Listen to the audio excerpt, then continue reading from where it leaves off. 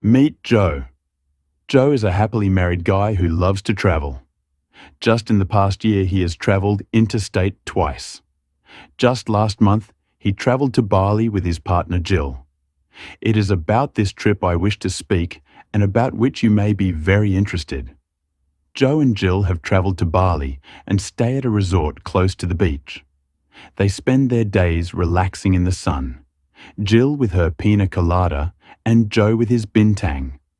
And when I say bintang, it really should be bintangs.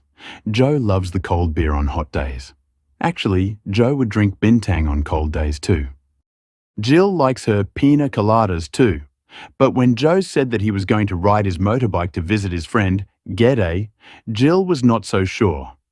Joe had had a few bintangs and Jill was worried that he might have a crash. Joe reassured her that she should not worry.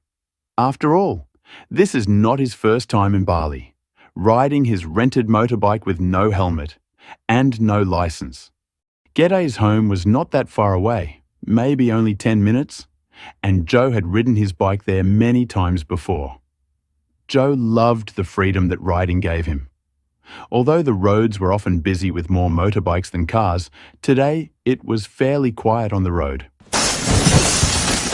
The car cut the corner, but Joe did not see it. Cars are always cutting the corners in Bali.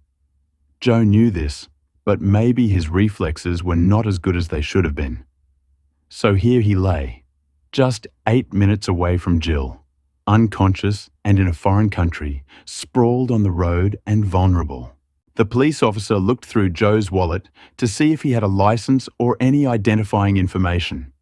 Instead, he found Joe's emergency travel data QR code.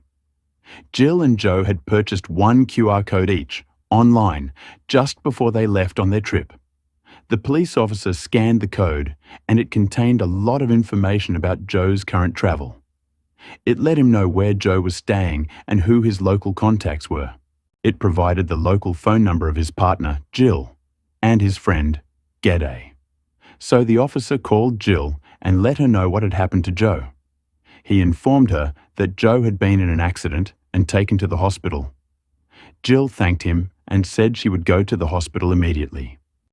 As a courtesy, the officer also rang Joe's hotel to let them know that he would be in hospital that night. Joe had decided to include his travel plans and contacts in his emergency travel data information. The doctor was also shown the QR code, and when he scanned it, it showed him all of Joe's medical history, including his GP contact at home. That was where he saw that Joe was allergic to the penicillin the nurse was about to give him. The doctor advised the nurse that Joe was not to be given penicillin because he was allergic. In some cases, that could cause a worse problem than a few cuts and scratches, even fatal. Later that evening, Joe and Jill agreed that they were very fortunate to have purchased an emergency travel data QR code before they went away. It took only seconds to purchase, and then only minutes to fill in the details they wished to share. Sure, Joe was lucky he had the QR code. But will you be so lucky? An accident can happen to you anywhere, anytime. You could suffer a heart attack, a stroke, or a fall. The emergency travel data QR code is right there when you need it. It contains only the information you wish to share. You can change it daily if you wish. It can contain your travel plans or your medical information, or your local doctor's contact details, or it can contain all of the above. Like it says in the commercial, don't leave home without it. But the best bit of all is, it only costs $33, a once-only payment for life. Can you afford not to have one?